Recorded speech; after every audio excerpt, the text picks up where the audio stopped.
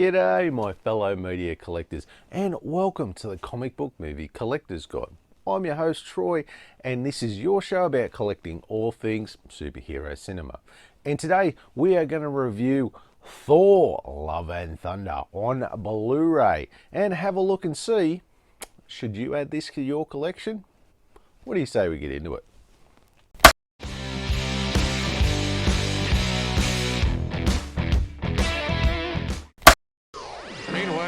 The Hall of Justice, the Super Friends are reviewing Thor Love and Thunder, a live-action superhero movie with a runtime of 119 minutes.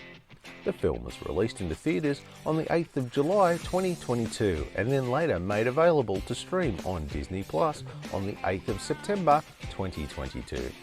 It was later released on the 27th of September 2022 on DVD, Blu-ray and 4K HD. It was written by Taika Waititi and Jennifer Kaytin Robinson, with it directed by Taika Waititi. The film was produced by Marvel Studios, with it distributed by Walt Disney Studio Motion Pictures. It is the 29th film in the Marvel Cinematic Universe and makes up as part of the Phase 4 of the MCU. Okay, if we look at the cover, I really like this cover, it looks really good. Actually, I like a lot of the covers for a few of the different ones up here that I'll have here. And there's one in particular that really reminds me of those old 80s sword and sorcery movies that you used to see back in the day. I remember as a kid going to the video store and you'd flick through and some of the covers were fantastic. Very like Conan-esque, shall we say. Some great covers. And it kind of reminds me of that, which I thought was really cool. Great throwback to there. But otherwise, this is looking really cool. And it has that little bit of a throwback too with the logo and stuff. On the side, not too bad. I wouldn't say that it stands out or anything. It's just the classic Marvel style. And on the back, it fits in, but it's very basic. Just a couple of photos. Not a great deal going on at the back cover. Now, if we look at the disc, we just got Stormbreaker there by the looks of it. Not a great deal extra, but still, at least they put a little bit of effort into a different picture on the disc, which is always good. Overall, look, I really like the look of this. It really taps into that nostalgia for those 80s sword and sorcery movies I used to watch back in the day. That fantasy stuff. So, yeah, look, this one really scratches that itch for me, shall we say. So, for this one, yeah, because I like it, I'm really going to give it an 8 out of 10. After the events of Endgame, Thor finds himself on a journey of self-discovery with the Guardians of the Galaxy. But when a number of distress calls come in about Gore the God Butcher killing gods around the universe, it's up to Thor to team up with Korg, Valkyrie and the Mighty Four, his ex-Jane Foster, to stop Gore and his murderous rampage. Well, maybe a limited rampage. No. This movie is pretty much, I would say, the first romantic comedy for the MCU, when you think about it. Because you have Thor and Jane sort of running back into each other years later after breaking up, and then sort of rekindling their romance with each other by the end of the movie, while they're on this quest to save the children of Asgard. You know, with all these like funny moments thrown in along the way. Rom-coms are the best. It's weird that the movie came off that way, considering like the two main plot arcs are about Jane dying of cancer and Gore coming to terms with the loss of his daughter and the loss of his religion. Two very heavy themes sort of intertwined into this romantic comedy premise. And that's why this movie cops a lot of flack. And look, I do agree with that flack because the tone is all over the shop in this movie. Exactly. It's messed up. It's one of those movies where the story idea is great with Gore on this rampage against the gods and Jane dealing with her mortality. You have this real strong story there, but the script lets this movie down with the whole romantic comedy angle thrown in. It just diminishes things from getting too serious at times and allowing us to really dig deep into the characters and what they're going through. It's a real shame, as it would have been an absolute great movie if this was the case. Look, I'm not saying get rid of the comedy, not at all. You don't have to be funny. Just sort of tone it down a notch, just to sort of match the story. Like, for instance, the Screaming Gates. That's a great example of where it wasn't really funny the first time, but the next 6 or 7 times really killed any mood or moment that was built up, you know, at any point in the movie. Look, it's a great story idea, but the script was just so erratic on its tone that, look, I'm only going to give it a 12 out of 30. Now, this film is not an adaptation of any comic book story as such, but is said to have adapted themes and elements from the Jason Aaron's Mighty Thor comic run, where Jane Foster is now the Mighty Thor and is having her, and it has her dealing with her cancer diagnosis. I feel a lot like the characters were spot on and progressed well from the previous movies, except our main hero, Thor. It kind of felt like this character had regressed, and instead of being this character that has grown over time over these movies, they kind of made him the butt of a lot of the jokes, and almost like this bumbling idiot with superpowers, kind of like, say, so kind of like the Tick, you know, with like all this power but no real idea on how to use it properly. It kind of felt like they really shortchanged the character for the sake of like comedic purposes. Say funny words for cheap laughs. The one thing I really enjoyed was the cinematography in the movie. It looked spectacular. Some of the set pieces and the CGI landscapes were just, oh, beautiful to look at. Even some of the costumes look great as well with well, okay, maybe except Gore, which for me was probably a letdown in that sense. It seemed like they really cheaped out on his look, and look, for me, it didn't really sell the character for me. And it looks cheap as hell.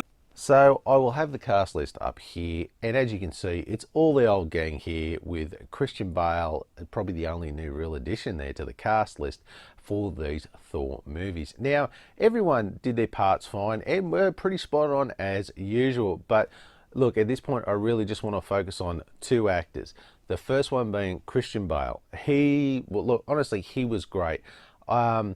He may not have looked much like the character, but his acting performance was great. And it's a shame they really wasted him in this movie. He should have had a way bigger role and, you know, but played it a little more scary and menacing and lose that little bit of goofy, silly turns that he had from time to time. And second of all was Russell Crowe. Oh my God. Really, man? What the hell? Were you thinking? What's with the accent for a start? Holy Jesus. And then talk about friggin' turning up the campiness. Jesus. Hey, look, I can dig campy. I love Batman 66, but for crying out loud, his performance was terrible.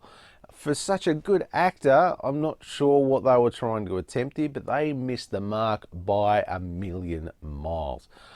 Look, if we take that all in consideration, it's still not going to be a bad score. I think I will give it 14 out of 20. So we do get some special features on this, and they include a gag reel, deleted scenes, an audio commentary with Taika Waititi, and 3 featurettes: Hammerworthy, Thor and the Mighty Thor, Shaping a Villain, and another classic Taika Waititi adventure. All of these are pretty standard Marvel produced features, nothing out of the ordinary. I mean, they're still interesting to watch if you want to watch them, but they're not too special as they're pretty much the same old, so nothing you really desperately need to watch. So look, seeing they have some decent ones on there, oh look, I'll probably give it a score of 5 out of 10. Now, the critic score came in at 63%, but the audience score was 77%. I feel this does cover it pretty well, as it had so much potential to be this great movie, but was kind of let down by its script. And from the reviews I've read, I think this review that I'll have here is probably the one that sums it up the best for me, which says, even though Thor Love and Thunder constant silliness makes it hard to invest in more serious sides of the story, there's still plenty here to enjoy. And that's right, it is an enjoyable movie to watch, but it just doesn't get the chance for you to really get invested in that deeper story at play. Anyway, look, if we round it all up, we're going to get a score of 7 out of 10.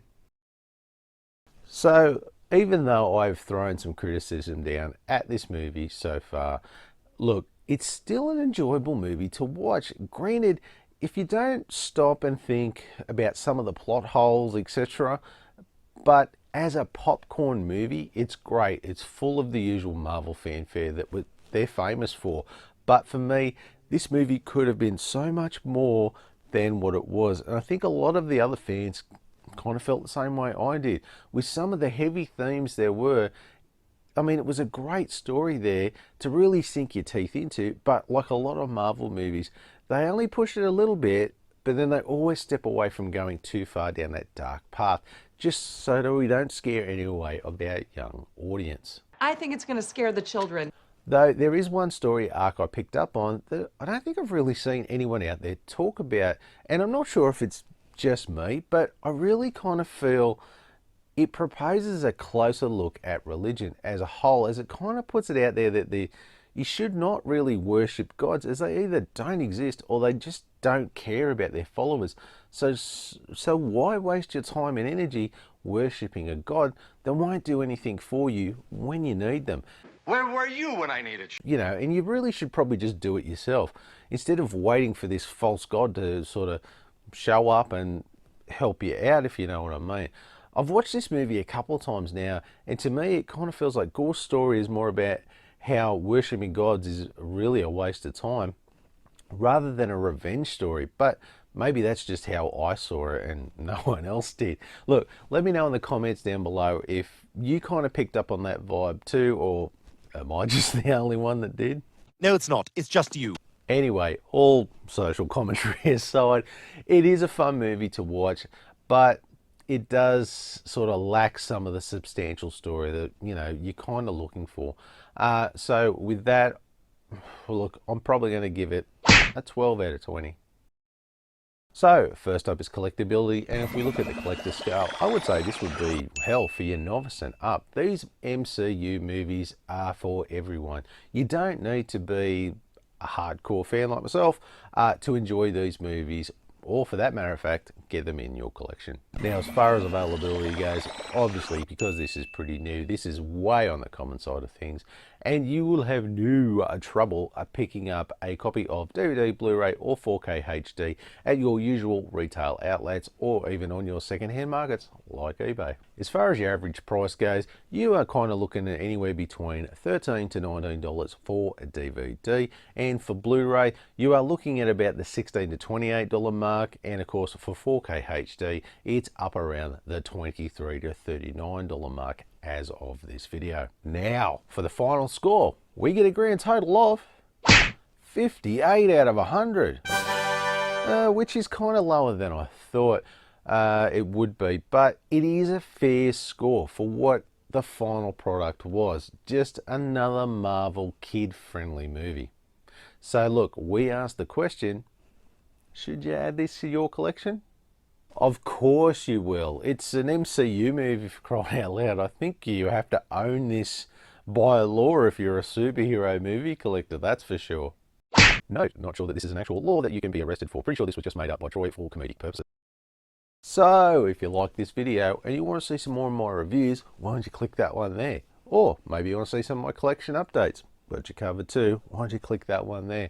And of course, don't forget to do the most important thing. Throw me a bat like. Don't forget to hit that subscription button on the way out. Thanks again for watching, and I'll see you next time.